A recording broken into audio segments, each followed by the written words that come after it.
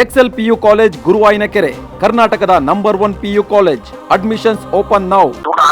Iraq ಹಾಗೂ Israel ನಡುವೆ ನಡೀತಕ್ಕಂತ ಯುದ್ಧದ ನಡುವೆ ಈಗ ದುಬೈನಲ್ಲಿ ಕನ್ನಡಿಗರು ಕೂಡ ಸಿಲ್ಕೊಂಡಿರುವಂತದ್ದು. ಅದ್ರಲ್ಲೂ ಕೂಡ ಬಳ್ಳಾರಿ 15ಕ್ಕೂ ಹೆಚ್ಚು ಜನ ಈಗ ದುಬೈನಲ್ಲಿ ಸಿಲ್ಕೊಂಡು ತಾಯ್ನಾಡಿಗೆ ಬರೋಕೆ ಈಗ ಪರದಾಡ್ತಿರುವಂತದ್ದು. ನನ್ನ ಜೊತೆಗೆ ಈಗಾಗಲೇ ಸಿಲುಕಿಕೊಂಡಂತ ಅವರ ಸಂಬಂಧಿಕರಾದಂತ ರಾಮಲಿಂಗಪ್ಪ ಅವರು ಕೂಡ ಇರುವಂತದ್ದು. ಅವ್ರನ್ನ ಕೂಡ ಈಗ ಮಾತಾಡ್ತೀನಿ. ಸರ್, ಈಗ ಯಾರೆಲ್ಲ ಸಿಲ್ಕೊಂಡಿದ್ದಾರೆ ದುಬೈನಲ್ಲಿ? ಬಳ್ಳಾರಿಯಿಂದ 35 ಜನ ಹೋಗಿದ್ದಾರೆ. 35 ಜನ ಟೀಮಲ್ಲಿ ನಮ್ಮ ಸಹೋದರ ನಾಗಭೂಷಣ ಮತ್ತು ಅವರ ಪತ್ನಿ ಶೈಲಜಮ್ಮ ಅಂತ ಹೋಗಿದ್ದಾರೆ. ಅವರು ಬಳ್ಳಾರಿ ನಗರದ ಮುನ್ಸಿಪಲ್ ಸ್ಕೂಲ್ ಪ್ರಿನ್ಸಿಪಾಲ್ ಆಗಿದ್ರು. 24 ತಾಲೂಕಿನಿಂದ ಹೊರಟಿದ್ದಾರೆ. ಒಂದೊಂದು ಸಮಯದಲ್ಲಿ ಎಲ್ಲ ನೋಡಿಕೊಂಡು ದಿನನಿತ್ಯ ನಾವು ಸಂಪರ್ಕದಲ್ಲಿದ್ವಿ. 24 ಆದ್ಮೇಲೆ 28ನೇ ತಾರೀಕಿಗೆ ಅವರು ಏರ್ಪೋರ್ಟ್ ಗೆ ಬಂದ್ರು. ಬಂದ ಸಮಯದಲ್ಲಿ ನಮಗೆ ಇಲ್ಲ ಯುದ್ಧದ ವಾತಾವರಣ ಕಂಡಾಗ ನಾನು ಫೋನ್ ಮಾಡಿದೆ, ಈ ತರ ಫ್ಲೈಟ್ ಎಲ್ಲ ಬಂದಾಗಿದ್ದಾಗ. ಇಲ್ಲ, ನಮ್ ಫ್ಲೈಟ್ ಏನು ಬಂದಾಗಿಲ್ಲ, ಹೋಗ್ತಾ ಇದ್ದು ಏರ್ಪೋರ್ಟ್ ಹೋದ ಸಹಿತ ಹೇಳಿದ್ರು. ಇಲ್ಲ, ಫ್ಲೈಟ್ ರೈಟ್ ಟೈಮ್ ಇದೆ ಅಂತ ಹೇಳಿ 1 ಗಂಟೆ ಆದ ನಂತರ ಮತ್ತೆ ನಾವು ಪುನಃ ವಾಪಸ್ ಮಾಡಿದ್ರು. ಇಲ್ಲ, ಫ್ಲೈಟ್ಗಳೆಲ್ಲ ಬಂದ್ ಮಾಡಿದ್ದಾರೆ. ಬಂದ್ ಮಾಡಿ ಮತ್ತೆ ನಮ್ಮ ದುಬೈಗೆ ಶಾರ್ಜಾಲಿಂದ ಮತ್ತೆ ದುಬೈಗೆ ಹೋಗ್ತಾ ಇದೆ ಅಂತ ಫೋನ್ ಮಾಡಿದ್ರು.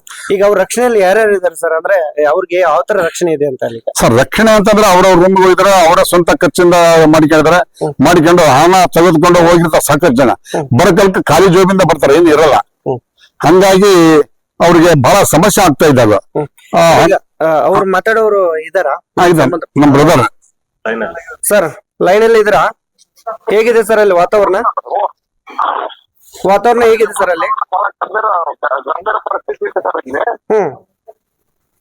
ಈ ಬಳ್ಳಾರಿ ಜಿಲ್ಲಾಡಳಿತದಿಂದ ಯಾರಾದ್ರೂ ನಿಮ್ಗೆ ಸಂಪರ್ಕ ಮಾಡಿದಾರ? ಶಾಸಕರು ಅಥವಾ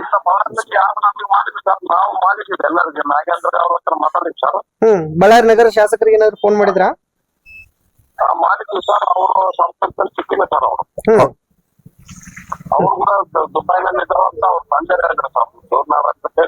ಯಾರು ಬಳ್ಳಾರಿ ನಗರ ಶಾಸಕರು ಕೂಡ ಅಲ್ಲೇ ಇದಾರಾ?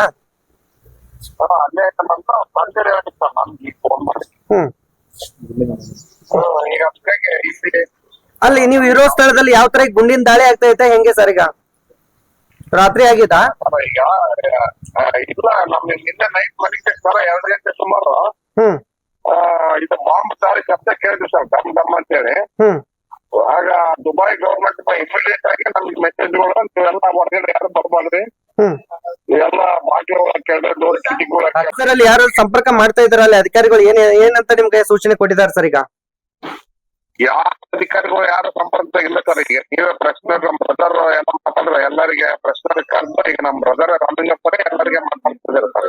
ಖಂಡಿತ ಸರ್, ನ್ಯೂಸ್ ಫಸ್ಟ್ ಕೂಡ ನಿಮ್ ಜೊತೆಗಿರುತ್ತೆ. ಧೈರ್ಯವಾಗಿರಿ. ನಿಮ್ಮನ್ನ ಮತ್ತೆ ತಾಯ್ನಾಡಿ ಕರ್ಸೋ ವ್ಯವಸ್ಥೆ ಕೂಡ ನಾವು ಮಾಧ್ಯಮದವರಾಗಿ ನ್ಯೂಸ್ ಫಸ್ಟ್ ಕಡೆಯಿಂದನೂ ಕೂಡ ಮಾಡ್ತೀವಿ ಸರ್. ಈಗ ಮುಖ್ಯವಾಗಿ ಅವ್ರು ಹೆಂಗೆ ಕರ್ಸಕ್ ಏನಾದ್ರು ವ್ಯವಸ್ಥೆ ಮಾಡಿದಾರೆ? ಈಗ ಅಧಿಕಾರಿಗಳು ಯಾರಾದ್ರೂ ಸಂಪರ್ಕದಲ್ಲಿ ಇದಾರ? ಬಳ್ಳಾರಿ ನಗರ ಶಾಸಕರು ಅಲ್ಲೇ ಇದಾರ? ಬಳ್ಳಾರಿ ನಗರ ಶಾಸಕರು ಅಲ್ಲೇ ಇದಾರೆ ಅಂತ ಹೇಳಿ ನಮ್ಮ ಬ್ರದರ್ ಹೇಳಿದ್ರು. ಅವರು ಭರತ್ ರೆಡ್ಡಿ ತಂದೆ ಸುವರ್ಣ ರೆಡ್ಡಿ ಅವರೇ ಮಾಡಿದಾರಂತೆ. ಅವ್ರಿಗೆ ನಮಗೆ ಬಹಳ ಅನುಕೂಲ ಅದಕ್ಕೋಸ್ಕರ ಮಾಡಿದ್ದಾರೆ. ಮಾಡಿದಾಗ ಇಲ್ಲ, ಭರತ್ ರೆಡ್ಡಿ ಸಹ ಅಲ್ಲೇ ಇದಾರಪ್ಪ, ಕಾಂಟ್ಯಾಕ್ಟ್ ಮಾಡೋದಾಗ ಮಾಡಿದಾಗ ಭರತ್ ರೆಡ್ಡಿ ಅವರು ಫೋನ್ ರಿಸೀವ್ ಮಾಡ್ತಾ ಇಲ್ಲಂತೆ. ಹಂಗಾಗಿ ಅವರು ಬಹಳ ಭಯದ ವಾತಾವರಣ ಇದಾರೆ. ಹೇಗಾದ್ರೂ ನಮಗೆ ಕರೆದುಕೊಂಡು ಹೋಗಂತೆ ಸರ್ಕಾರಕ್ಕೆ ಸಂಬಂಧಪಟ್ಟ ಕೇಂದ್ರ ಸರ್ಕಾರ ಇರ್ಬೋದು, ರಾಜ್ಯ ಸರ್ಕಾರದ ಇಲ್ಲಿ ಯಾರೇ ಇರ್ಲಿ, ಹಂಗ ದಯವಿಟ್ಟು ನಮ್ಮನ್ನ ತಾಯ್ನಾಡಿ ಕರ್ಕೊಂಡು ಹೋಗ್ರಂತೆ. ಬಹಳ ಆತಂಕದ ವಾತಾವರಣದ ಅವ್ರಿಗೆ ಬಹಳ ದುಃಖದಿಂದ ಮಾತಾಡ್ತಾ ಇದ್ದಾರೆ. ಈಗೇನ್ ಅವ್ರು ಕರ್ಸೋ ನಿಮ್ಮ ಸಂಪರ್ಕದಲ್ಲಿ? ಖಂಡಿತ ನಮ್ಮ ಸಂಪರ್ಕದಲ್ಲಿ ಇದ್ದಾರೆ. 10 ನಿಮಿಷ ಮಾತಾಡ್ತಾ ಇದ್ದಾನೆ. ನಮ್ಮ ಸಂಬಂಧಪಟ್ಟ ನಮ್ಮ ರಾಜ್ಯಾಧ್ಯಕ್ಷ ಆಗಿರೋ ಶ್ರೀಯುತ ವಿಜೇಂದ್ರ ಅವರು ಸಹ ನಾನು ಮಾತಾಡ್ತೇನೆ. ಈ ಸದ್ಯ ಮಾತಾಡಿದ್ರೆ ಈಗ ಅಧಿಕಾರಿಗಳು ಏನ್ ಫೋನ್ ಮಾಡಿಲ್ಲ? ಅಧಿಕಾರಿಗಳು ನಮ್ಗೆ ಯಾರು ಮಾಡಿಲ್ಲ. ಪ್ರಶ್ನೆ ಬಂದು ಇವತ್ತೆಲ್ಲ ಮಾತಾಡಿ ನಿಜವಾಗ್ಲೂ ಬಹಳ ಧನ್ಯವಾದ ಹೇಳ್ಬೇಕು ನಿಮ್ ಪ್ರಶ್ನೆಗೆ. ಈ ತರ ತೊಂದರೆ ಇರ್ತಕ್ಕಂಥ ನೀವು ಸಹಾಯ ಮಾಡದೆ ಹೋದ್ರ ಸಹಿತವಾಗಿ ಈ ತರ ಅಳಿವು ಸೇವೆ ಅಂತ ನೀವು ಮಾಡಿದಲ್ಲ, ಇದನ್ನ ಕೇಂದ್ರ ಸರ್ಕಾರಕ್ಕೂ ರಾಜ್ಯ ಸರ್ಕಾರ ಮುಡ್ತಕ್ಕಂಥ ಕೆಲಸ ನೀವು ಮಾಡ್ತಾರ. ನಿಜವಾಗ್ಲೂ ನಿಮ್ಮನ್ನ ಮರೆಯಕ್ ಸಾಧ್ಯನೇ ಇಲ್ಲ. ಇದಿಷ್ಟು ರಾಮಲಿಂಗಪ್ಪ ಅವರು ಕೂಡ ಹೇಳ್ತಾ ಇದ್ದಾರೆ. ಈಗಾಗಲೇ 30ಕ್ಕೂ ಹೆಚ್ಚು ಜನ ದುಬೈನಲ್ಲಿ ಸಿಲ್ಕೊಂಡಿದ್ದಾರೆ. ಅವ್ರನ್ನ ಶೀಘ್ರವಾಗಿನೇ ಸುರಕ್ಷಿತವಾಗಿ ತಾಯ್ನಾಡಿಗೆ ಕರ್ತಿರ್ಬೇಕನ್ನುವಂತ ಒಂದು ಒತ್ತಾಯವನ್ನ ಮಾಡ್ತಿರುವಂತದ್ದು. ಕ್ಯಾಮರಾಮನ್ ಕಾರ್ತಿಕ್ ಜೊತೆಗೆ Shivanand Madeli, news first Kannada. News first ನಿರ್ಭೀತಿಯಿಂದ ನಿಮ್ಮ ಪರವಾಗಿ.